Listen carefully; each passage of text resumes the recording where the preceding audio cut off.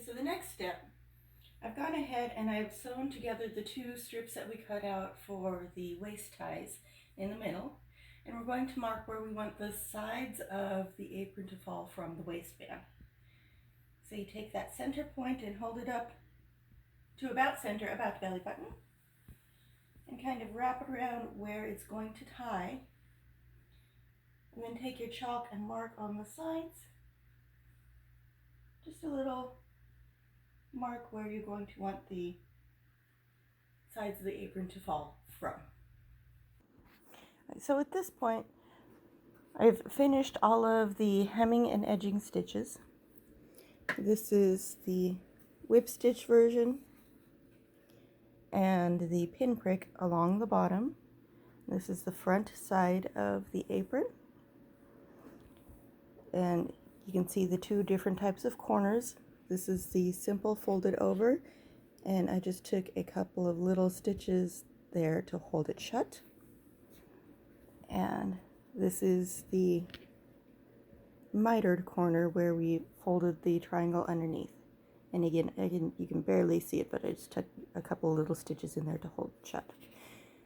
And then we have marked where the sides are going to be on the waistband.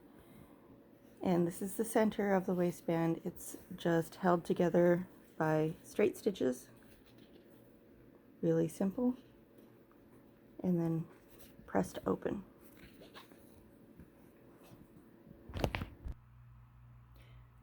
Once you've made this mark where you want the front part of the apron to fall down, you have to mark the entire seam up and down, because we're actually not going to be stitching on this line, we're going to be stitching on this line, and we're going to be stitching from the back.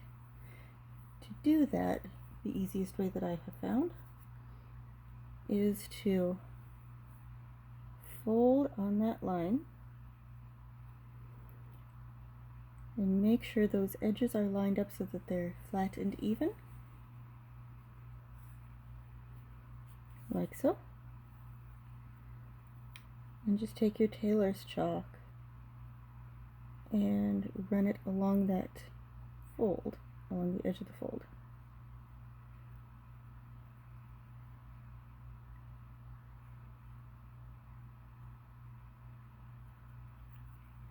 So when you unfold it, it shows nice and crisp. And if it doesn't go quite to the edge, you can... There we go. Now it's to the edge. And then do that on the other side as well.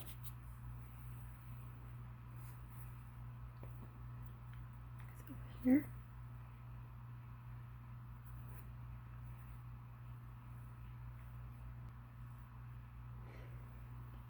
Go ahead and find that mark, line the edges up,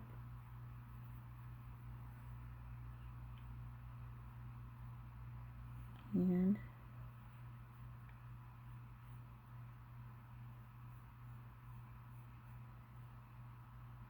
run that chalk down.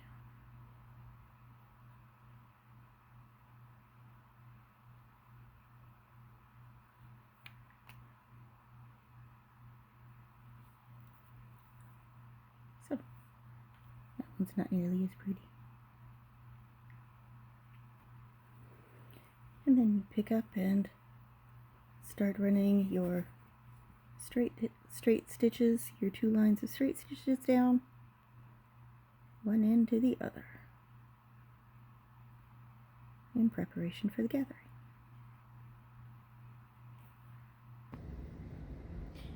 The next step in creating the apron is to create the gathers, pull up the gathers, and pin them into place. What I'm doing is I'm pinning the front side of the main section of the apron to the top of what is the front side, so it's front side to back side of what is the back of the main section to the front side of the waistband, so that when we turn it over and fold it over, the waistband will be right side out.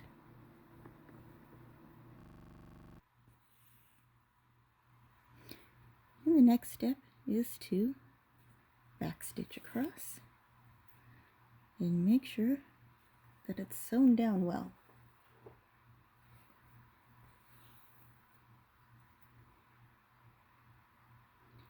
Once we get to the other end, we'll move on to pressing the waistband into the correct position and using a ladder stitch to finish it up.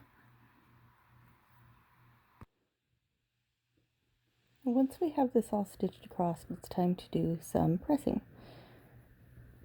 And when you're pressing, it's important that you press the gathers up towards the waistband rather than down like this, or else the waistband will sit funny when you're finished with it. So that's the first thing we're going to do, is we're going to press that little area.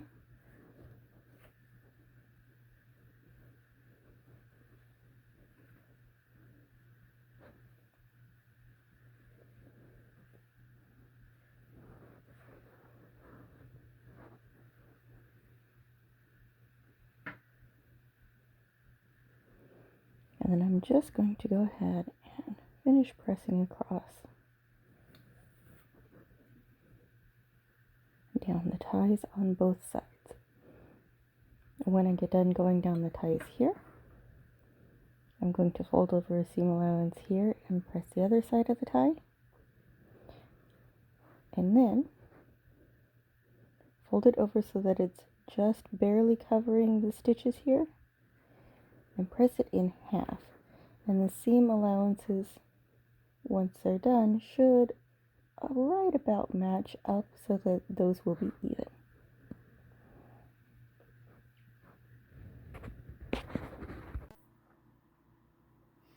Okay, I'm not gonna lie, I'm disappointed in myself because it took me to this point in the project to realize that I have actual real flour sacks, and I could have made an actual flour sack apron, which will be my next project, because that's just what's going to happen. I feel the need for one, and I have them. I have, I think, 6 of them, because this mill, the Heartland mill, they're very old school. You actually have to get on the telephone and call them and tell them, I want X amount of pounds of whole wheat, I want 4 pounds of spelt, I want 6 pounds of rye flour, I want, and you have to actually order that way. But they're amazing, and their products are just wonderful, and everything is grown locally to where they're at in Kansas, and everything is all organic, if that's your big thing. I don't know if they have any low gluten or gluten-free grains, because I don't have to worry about gluten.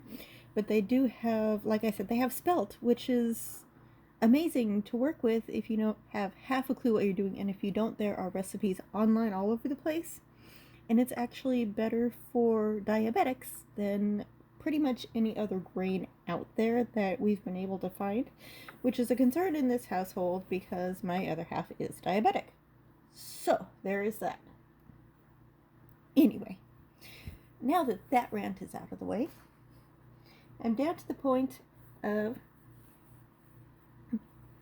getting the waistband stitched together and finishing off the front edge. And that's just as simple as doing a ladder stitch along the waistband,